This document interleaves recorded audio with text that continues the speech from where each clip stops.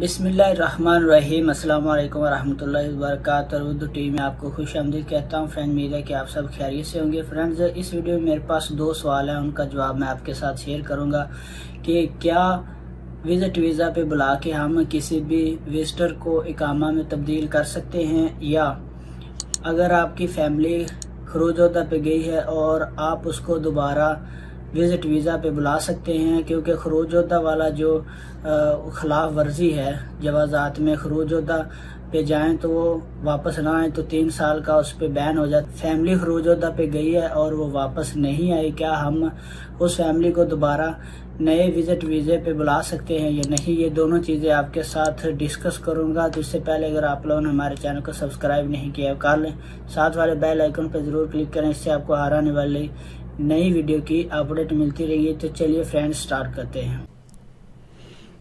यहाँ पे फ्रेंड्स एक सवाल है गुलाम यूसुफ भाई का। मैंने अपने बेटे को विज़िट वीज़े पर बुलाया है, क्या कोई ऐसा तरीका है कि मैं विज़िट वीज़े को इकामा में तब्दील कर सकूं? सऊदी अरब में कानून के मुताबिक विज़िट वीज़े पर आने वालों के लिए लाजमी है कि वो क्या मुद्दत मुकम्मल करने के बाद वापस जाएं और दोबारा नए वीज़े पर, वर्क वीज़े पर आए, वरना ये कानून की खिलाफ वर्जी शामिल होगी। विज़िट वीज़े की मुद्दत ख़त्म होने से कबल उसमें इजाफ़ा मुमकिन है, ताहम विज़िट वीज़ा उम्रा वीज़ा पर आने वालों को कानूनी तौर पर इकामा जारी नहीं किया जाता। बेहतर है कि आप अपने बेटे को मुकर्रर मुद्दत के दौरान वापस भेज दें, उसके बाद बेटे के लिए कोई वीज़ा जारी करवाएं, वर्क वीज़ा या किसी किस्म का भी, और कानून की खिलाफ वर्जी से बचें।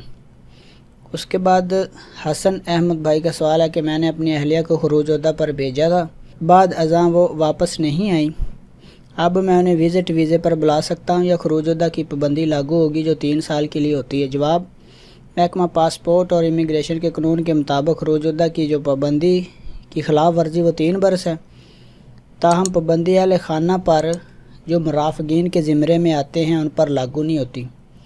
खरूजोदा की खिलाफ वर्जी का कानून मुलाजमत पेशावर अफराद पर होता है। इस कानून की खिलाफ वर्जी करने वाले कारकुन अगर मज़कूरा मुद्दत की पाबंदी के दौरान मुमलिकत आना चाहते हैं तो उनके लिए एक ही तरीका है कि उनके साबिक कफ़ील जिसके थ्रू वो पहले वह काम कर रहे थे, उसने उसका एग्ज़िट एंट्री लगाया, सेम उसी कफ़ील के पास वापस आ सकते हैं। अगर वो किसी और कफ़ील के पास वापस आना चाहते हैं तो उनके लिए 3 साल की मुद्दत है, 3 साल बाद वो आ सकते हैं। क्योंकि आपकी अहलिया इकामे पर थी, आपके इकामे पर थी, वो मुराफ़िकीन में आता है, इस कैटेगरी में शुमार होता है, इसलिए उन पर पाबंदी नहीं, वो विज़िट वीज़ा पे आ सकते हैं। जो लोग हज पर जाते हैं उनके फिंगरप्रिंट हो जाएं, खिलाफ वर्जी इस सूरत में दोबारा आने की पाबंदी का दौरान ये कितना होता है? हज परमिट का कानून काफ़ी अरसा से राइज है। इस हवाले से उर्दू न्यूज़ में तफसीली तौर पर मालूमात फराहम की जा चुकी हैं। कानून के मुताबिक हज परमिट सऊदी अरब में रहने वालों के लिए नहीं है, बल्कि सऊदियों के लिए भी लाजमी है कि वह हज के महीनों मक्का मुकरमा के दाखिली रस्तों में चेक पोस्टों पर एहलकारों को मुतय्यन किया जाता है जो बगैर परमिट किसी भी को मक्का मुकरमा जाने से रोक देते हैं। वो अफराद जो किसी हज के दौरान बगैर परमिट मक्का मुकरमा चले जाते हैं, अगर वो इसी दौरान चेकिंग की ज़द में आ जाएं तो उनके फिंगरप्रिंट ले लिए जाते हैं, जो जवाज़ात के मरकज़ी कंट्रोल रूम में जमा करा दिए जाते हैं।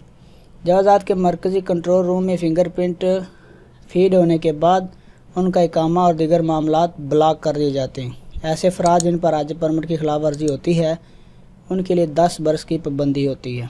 तो फ्रेंड, ये थी अपडेट। अपना बहुत सारा ख्याल रखिएगा, मिलते हैं नेक्स्ट वीडियो में, तब तक के लिए अल्लाह हाफिज़।